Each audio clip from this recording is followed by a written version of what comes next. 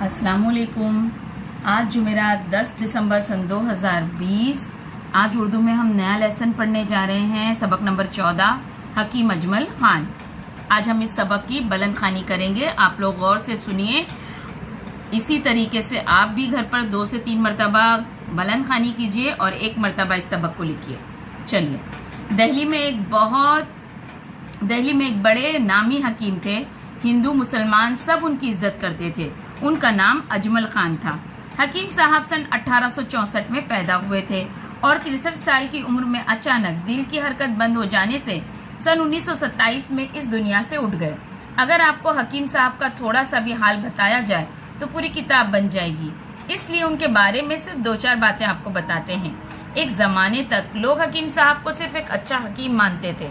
उनके मुकाबले का हिंदुस्तान में कोई हकीम ना था। नवाबों राजाओं से महाना हजारों की रकमें बंधी हुई थी। उनके दिल्ली से बाहर जाने की रोजाना की 1000 रुपए फीस मुकर्रर थी। आप समझते होंगे कि इतना बड़ा तबीब सिर्फ अमीरों ही का इलाज करता होगा, गरीबों को उससे क्या फायदा पहुंचता होगा। लेकिन ऐसी बात नहीं है। हकीम साहब जो कुछ कमाते अपने अजीजों और गरीबों की मदद और कौमी कामों में खर्च कर देते। दिल्ली में या उसके आसपास किसी गरीब के घर जाते तो इलाज का एक पैसा न लेते। इसी वजह से वो बड़ा तबीब जो राजाओं और नवाबों के महलों में हजारों पर जाता, अक्सर टूटी फूटी झोपड़ियों में भी खिदमत करता नजर आता था। उसके पास से बेशुमार गरीबों को दवाएं मुफ्त मिलती थीं। जाड़ा गर्मी बरसात हर मौसम में सुबह ठीक 6 बजे हकीम साहब घर से निकल आते और बहुत से मरीजों को देखते। कभी कभी उनकी गैर जरूरी बातें भी सुनते, मगर पेशानी पर बल ना लाते। उनके आम दरबार में छोटे बड़े का फर्क ना था। अमीर हो के गरीब सबको बारी बारी देखते। हकीम साहब बड़ी समझबूझ के आदमी थे। उन्होंने मुल्क की सियासत में भी अमली हिस्सा लिया। वो शुरू ही से चोटी के लीडरों में गिने जाने लगे थे। सियासी कामों के साथ हकीम साहब समाजी कामों में खूब हिस्सा लेते थे। औरतों की तालीम के वो बड़े हामी थे। वो हमेशा हिंदू और मुसलमानों में इत्तेहाद और इत्तेफाक के लिए कोशिश करते रहे। सन 1919 में जलियांवाला बाग के मकाम पर अंग्रेजों ने बहुत से हिंदुस्तानियों को कत्ल कर दिया था।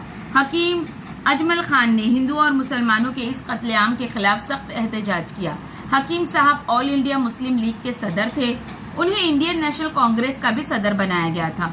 वो सोच समझकर सियासत के मैदान में आए थे, इसलिए उन्होंने बड़ी बेजिगरी से काम किया और आखिर दम तक मुल्क को आजाद कराने के लिए सियासत के मैदान में जमे रहे। हकीम साहब लोगों की खिदमत ही को सबसे बड़ा काम समझते थे और खिदमत के मौके को कभी हाथ से न जाने देते। एक मर्तबा दिल्ली में कोई वबाई मर्ज फैला। इस मर्ज से खानदान के खानदान साफ हो गए। घर घर मातम था। कोई किसी की खबर लेने वाला ना था। दिल्ली पर ऐसी आफत आई कि अच्छे अच्छों के औसान खता हो गए। ऐसे नाजुक वक्त में भी हकीम साहब लॉरियों में दवाएं बांटते फिरते थे। उनको अपनी जान की कुछ परवाह न थी। उन्होंने दिल्ली का यूनानी और आयुर्वेदिक तिब्बी कॉलेज कायम किया और उसे खूब तरक्की दी। इस कॉलेज को अपना दवाखाना भी दे डाला, जिसका सालाना मुनाफा लाखों रुपए था।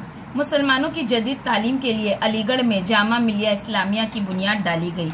बाद में ये अदारा दिल्ली मुंतकिल कर दिया गया। हकीम साहब उसके पहले वाइस चेयरमैन मुकर्रर किए गए। आखिरी जमाने में वो अपना ज्यादा वक्त जामिया मिलिया के कामों में लगाते थे। उससे उनको बहुत सी उम्मीदें थी।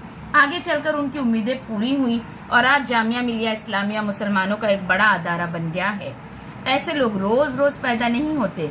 आज हकीम साहब नहीं हैं, लेकिन उनकी याद लोगों के दिलों में जिंदा है। तो आज आपको ये सबक 2 से 3 मरतबा बुलंद खानी करनी है और 1 मरतबा आपको सबक पूरा लिखकर ग्रुप पर पोस्ट करना है। ठीक है बेटा? चलिए, अल्लाह हाफिज।